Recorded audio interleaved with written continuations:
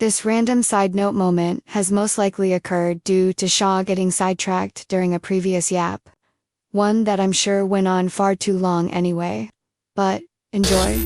I'm actually not sure why I just thought about this, but there was a point in my life where it wasn't really a point in my life. Like, I've never been able to work in call centers. I've worked in call centers, but it's never been a good time for me. Like, I have severe ADD, and I'm pretty sure I'm on the spectrum, right? I can't do it. I can't fucking do it.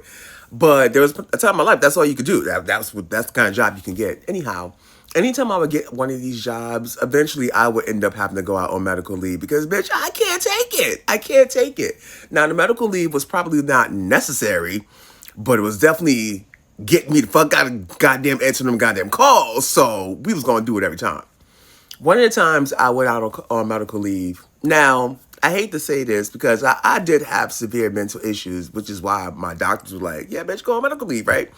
But I'm high functioning, so could I have made it without going to medical leave? Absolutely. But was it a break that I fucking highly welcomed? Absolutely. So one of the times I go on medical leave, I forget why or what the circumstances were, but I needed to choose somewhere to go. Or maybe I needed to make it look more serious. I really don't remember. So I ended up doing this IOP, which is intensive outpatient. It's essentially you're not going into a hospital and staying, but you're going to therapy and group therapy for hours at a time every day. So it's almost like you're in an inpatient situation. And the closest or easiest or quickest program I could get into was this really like low cost, state assisted, or state funded program. And most of the people there, not even most, almost all the people except for me, were there, and one other guy, they were there for drug abuse, not mental health. So me and the one other guy, we were in these big group therapies with all these crackheads. Bro, everybody was on crack. If they weren't on crack, they were on some sort of opiate, and almost everybody had either almost OD before or had lost someone to overdose. Now that part of it, this is how I became so well, like so knowledgeable about drug use and opiate use and the opiate epidemic. I'm from Connecticut, and if you know anything about Willimantic, that's all. Willimantic. That's all I got to say, right?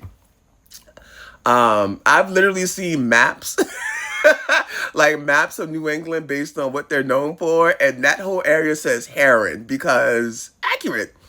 Anyway, so I'm there with all these people. I'm learning all this shit, but the therapy was kind of like terrible because the crackheads, specifically this one lady, fucking Sue, would not shut the fuck up. Like every day we had to deal with some like issue she was having. She was definitely narcissistic. She was absolutely like attention seeking and a liar and all the bad things you could think of. She was that. And I didn't like her. And I think it was very clear that I didn't like her.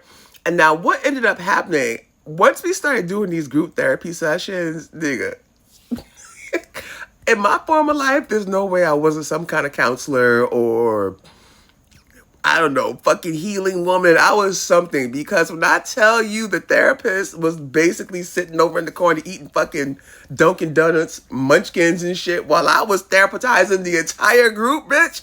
Like, and not the type of traditional therapy like, what do you think you could have done better in this situation? No, bitch. I was in there being my fucking Libra judgmental black mama ass. Like, no, you that happened because you let that happen. Why did you do that? Didn't you think that was gonna be a problem? You did this, da, da, da, da, da, da. Like I was getting it in. And the therapist was just letting me do this shit, bro. And it was working. Like niggas was fucking healing. When I tell you I was healing crackheads and taking names, like you can't believe it.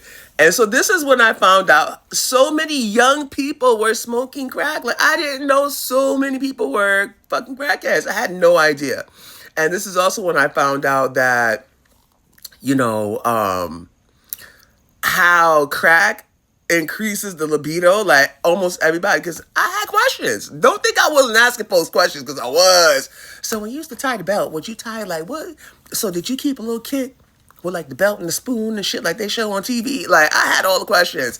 So when you smoked the crack, what would you do after you smoked the crack? What would happen? Like I would just ask them and they would tell us. And this is when I found out that crack was like heavy, like more than E from what they were saying. Like this is why they would do it to get high and go bang like rabbits. What? So many young people, like I said, stunned about that. And then there were a couple of times where, like one day in particular, I remember we were in a larger group. They had combined two classes for some reason. I think because we were going to watch a goddamn fentanyl fucking video. This shit was bad, bro. Anyway, so we were all in this group and somebody got to talking about smoking crack. And he was just talking about this. I ain't never touched a lick of anything that wasn't a dead flower. Or some E.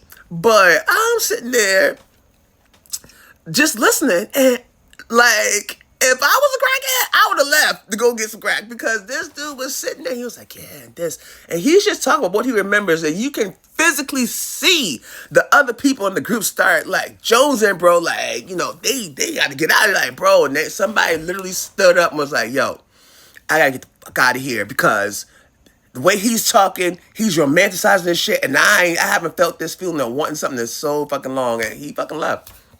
And they had to stop the guy from talking because he definitely was getting everybody. And then everybody's like, yeah, man, I'm over here. Like, I'm about to leave right now. Go get something. Crazy. Folks had to do drug tests there. I did too. I definitely failed. But y'all know what I failed for. It was wild. It was a wild time. But this is where I started thinking about this because my memories came up yesterday about me talking about eating a 10 count of pumpkin munchkins from Dunkin'.